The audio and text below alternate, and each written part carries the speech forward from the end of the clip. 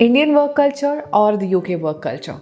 Have you ever wondered how life differs in these two countries? Especially if you're already here and you've studied in the UK and are looking to work or finding a job, or if you're thinking of coming to the UK. First up, we're going to talk about the work hours and overtime.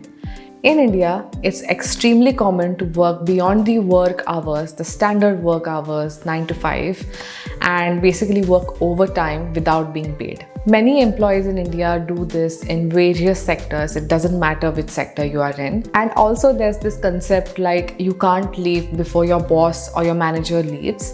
And it is basically considered to be like a sign of dedication. I don't know why, but the employees do this especially just so that their boss or their manager sees them working overtime, and because of this you can get like pay rise and holidays and stuff like that. So I don't understand why this is a thing, but in the UK work-life balance is considered extremely important. Most employees stick to their scheduled hours and overtime is compensated. In the UK, many companies encourage employees and managers, bosses to basically log off on time. My work gets over at 6 p.m. and at 6, every other office near our office gets off, and basically it's all like crowded and jammed all the time because everyone sticks to their schedule and is very prompt about it. And it doesn't matter if your boss or your manager is still working, you are supposed to stay in the office only if it is extremely urgent and it can't wait till the morning or the weekend or anything like that. Only that time you are supposed to stay.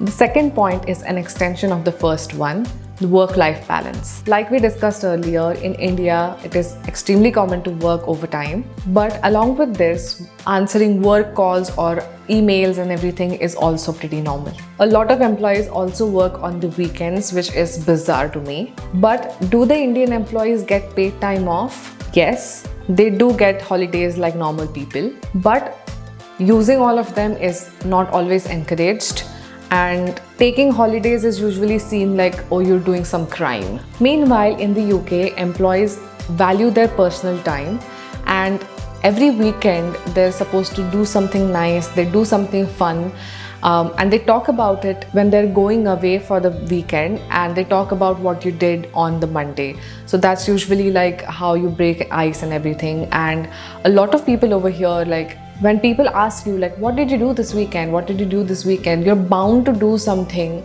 rather than just sit home and just chill and everything like that. Many companies offer paid leaves, obviously, and taking holidays is considered as a necessity rather than luxury. Plus, the right to disconnect policies are becoming more and more popular these days, meaning that you are only supposed to answer your work calls or work emails in the office. And recently, the UK has also introduced a 4-day work week. And if you didn't know, I work 4 days a week.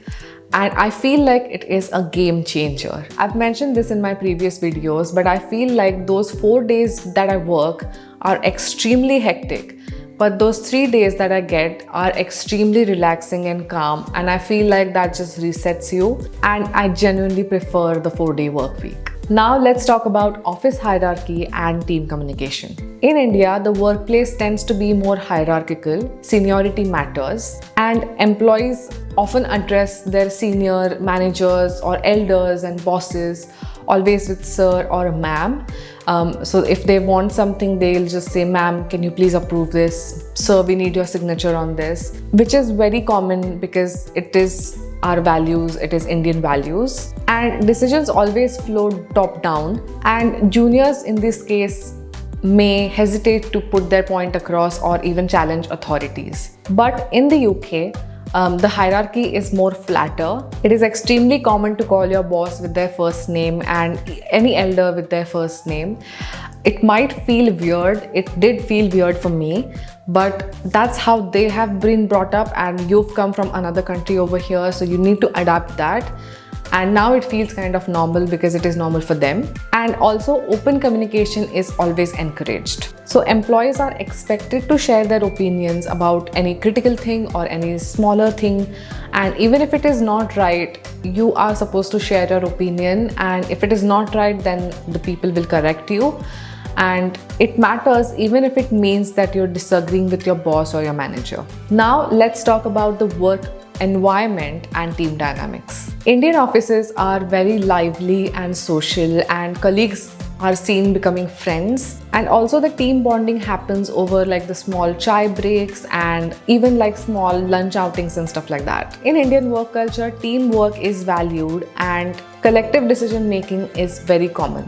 You also don't sense competition between your colleagues, and it is really common to have like plans with them on the weekends with your work colleagues as well. In the UK, while teamwork is important, individual responsibility is also emphasized. Meetings tend to be more structured, and they also like follow the time management and everything. It's really strict in the UK compared to India. But the office interactions are more formal but friendly. You don't have like deep conversations with your office colleagues in the UK. There are always small talks over coffee or small lunches and stuff like that. It is also not really common to have weekend plans with your colleagues because obviously you spend a whole week with them. So weekend time is usually just for yourself. And the last and final thing that we're going to talk about is the salaries and benefits. In the UK, wages are generally higher, and employee benefits like pensions, healthcare, and paid parental leave are quite strong. Although the cost of living in the UK is significantly higher than the cost of living in India, which makes a whole difference. In India, the salaries might be a little lower, but factors like job security, company provided benefits, and lower living expenses, that is the cost of living, balance things out. And also in India, the job opportunities in tech and startups are booming. So then, which work culture suits you the best? I honestly prefer the UK work culture. Obviously, because this might be my first office job and I've never experienced a proper office job in India. But obviously my mom, my dad, they've worked in India and I've seen how their life is.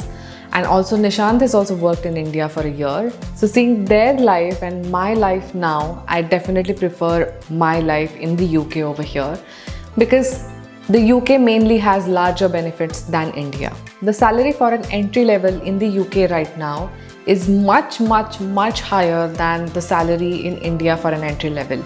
An Indian employee might take like almost 10 or 15 years to reach the salary of an entry level in the UK. But again, like we said, the cost of living varies and it balances things out. So both the Indian work culture and the UK work culture have their own pros and cons. But at the end of the day, it all depends on you, how your personality is, what fits you the best, and also how you want your lifestyle to be, what your career goals are, and what your personal goals are. So that's it for this video, guys. I really hope that you found this video helpful. If you are in the UK and if you're deciding if I should stay in the UK or go back to India and thinking which work culture is the best, I really hope this video helped you. Let me know in the comments if you have any questions. Thank you so much for watching this video. Please give this video a huge like, subscribe to my channel, and I'll see you in the next one. Bye!